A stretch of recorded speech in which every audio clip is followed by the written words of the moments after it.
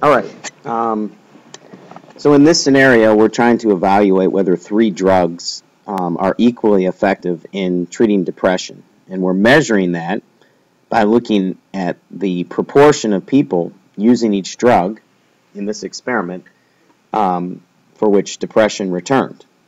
So again, this problem is about proportions, but it's a little bit different than a goodness of fit type of problem because we don't have really any preconceived notions about what the proportion of people who depression returned will be for each group. We're just trying to test whether each group is the same. Okay, so the first thing is when you look at this scenario, you should realize that the groups are independent. And that comes from the design of the experiment in which we completely randomized which treatment each person would receive. Okay, so we have three independent groups, and if we were to have a null hypothesis, it would be that the rate of recurrence is the same in all three groups, that the proportion for which depression returned in the placebo group is the same as the proportion for which depression returned in the St. John's group, which is the same as the proportion that depression occurred in the Posrex group. So if you think about this, we could do multiple, in fact in this case I think three, two proportion z-tests, okay, two proportion z-tests in order to test this hypothesis. However, we're going to run a test which does this all at the same time, okay, and so I'm going to write my null hypothesis and alternative hypothesis in words. All right, so I've written my null and alternative hypotheses. So the null hypothesis is that the treatments are basically equally as effective, okay, and the alternative is that they're not. Another way to say it is that the distribution in each group is the same, and another way to say same is homogeneous, okay, and actually the name of the test that we're going to run is a chi-squared test for homogeneity of populations. Okay, the distribution in these three populations is the same. Okay? All right. So, in the table above, we will fill in the expected amounts of our null as true. All right, so if we look at this, we have 90 total people that were in this experiment, and we had a third of them in each group. Okay, so one way to look at this is that if 60 people, if 60 out of the 90 people had depression returned, we would expect a third of the 60 to be in each group. Okay, so that means this is 20, this is 20, and this is 20. Which means, since there's 30 people total, that this has to be 10, 10, and 10. Okay, so one way to look at it is like that. Another way to look at it is that 2/3 of people in this experiment had depression return. So we'd expect 2/3 of 30 people in each group to have the depression return. Okay, so that's how we get 20 there. Either way, we now have the expected amounts. Okay, and if we look at assumptions for this test that we're going to run, and by the way, the test we're going to run is a chi-squared test for homogeneity.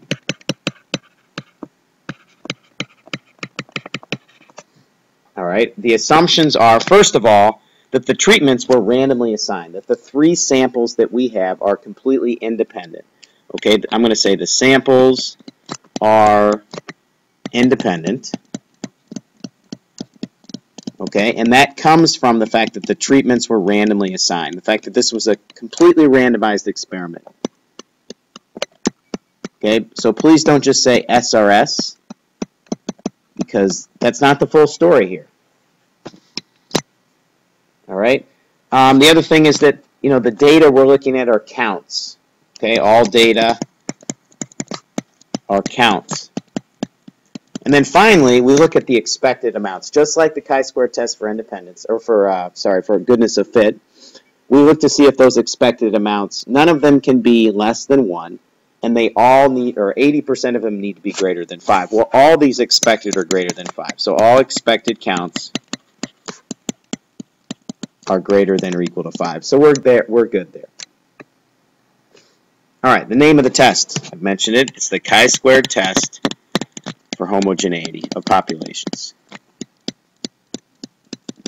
All right, and our test statistic, it's going to be the same as for other chi-square tests. We're going to take the sum of the observed minus the expected squared all over the expected. Add up that. So we have each cell here. We have 6 of these. So for this cell, it's 24 minus 20 squared over 20. Okay? For this cell, it's 22 minus 20 squared over 20. Okay? We add up those 6 components. Alright, so when we add up those components, we get that the chi-squared test statistic is 8.4. And I will note that the biggest value that contributed to that was the POSREX group. Okay? So we'll just note that. Alright, the p-value. Okay, so we have a chi-squared test statistic. We know it's a chi-squared model. We need to know the degrees of freedom. Okay, so let's just think about this a little bit. Basically, I want to know what's the minimum, if I know all the totals, what's the minimum number of values in this table that I would need to know in order to fill them all in. Okay, so suppose I were given just one. Suppose I were given just that one. Well, I know there's 30 total people here, so I could easily find this one. All right? The problem is, now I can't find any more. Okay, so the degrees of freedom has to be bigger than 1. Suppose we were given, say, these two. Okay? Well, if I know this value, I know that this column sums to 30, so then I also know this value. Okay? Now, if I know this value, then I know this value. Well, now I know this value and this value, so I must know this value, and then I know this value. So we can see that the degrees of freedom here is 2, because the total, the minimum number of cells that I would need to know, if I knew all the totals, is 2. And there's a formula, and we'll try to sort of derive that at some point, that the degrees of freedom is the number of rows minus 1 times the number of columns minus 1. Okay, so we have 2 rows, and we have 3 columns. So 2 minus 1 is 1, and 3 minus 1 is 2. And we see that, yes, we do get a degrees of freedom is 2. Okay, so now let's find the p-value. All right, so we know we're going to use chi-squared-CDF to do this. So I'm going to go here. Okay, I got 8.4. I'm going big number, and my degrees of freedom is 2. That should give me the p-value. I see that the p-value is 0.015. So the probability the chi-squared value is greater than 8.4. I'm going to write degrees of freedom is 2 is 0.015. Okay? So if our significance level is 0.05, what are we going to do? We're going to reject that hoe, because the p-value is less than, we'll say, 0.05. Okay, now what does that mean? Well, we're rejecting this hypothesis that the treatments are equally effective. That means that the treatments are not equally effective. That means that there's one that's better than the others, or worse than the others. Okay? So my conclusion is that there is significant evidence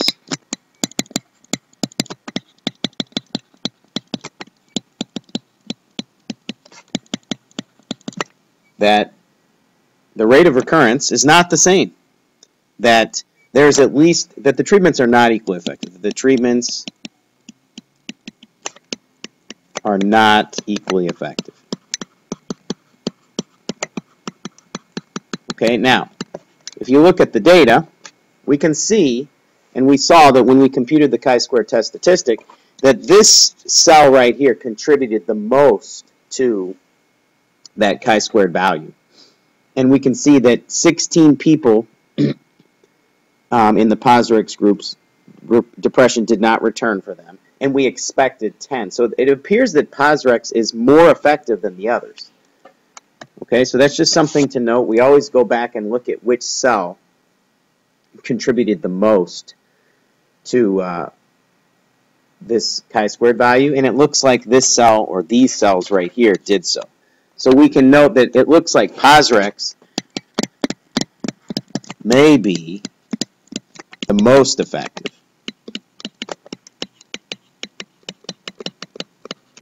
Okay? All right, so it's a chi-square test for homogeneity. And Usually the data is going to be presented in what we call a two-way table here, and you're going to have observed counts and you're going to find expected counts. Okay, so for now, you're sort of doing this by hand, and in the problem that you're about to do on your own, it's a very similar scenario. I have some of the expected counts filled in for you. You can find the others. Okay. What you're going to need to do here in this problem, though, is you're going to need to fill in the totals here. Okay. I did that for you in this problem. I gave you these totals, but if they're not given to you, you're going to have to do it. So you're going to have to find 53 plus 48 plus 70. Okay, so let's do that real quick. 53 plus 48 plus 70. Okay, and you're going to see that there's 171 total people here. Okay, you're going to have to find 93 plus 71 plus 88 and fill in that. 22 plus 31 plus 22, fill in that. 53 plus 93 plus 22 and fill in that. You're going to fill in all these and find the grand total, and that's going to help you find the expected amounts. Now, some of them are computed for you, and so sort of find your method and check your method by looking at that. Okay? I'm going to post a PDF of the solution to this problem so you can kind of check, but I want you to try to do it on your own first. Okay? And please bring your work to class. You'll turn that in. We might have a brief discussion about what you found or some questions, and we'll be doing some more problems with this. And I'll also be showing how to use the calculator. It's sort of a pain here to find 9 cells and add up the chi-squared values. There's got to be a faster way, and the calculator has a vehicle to do that, and we're going to be discussing that in class.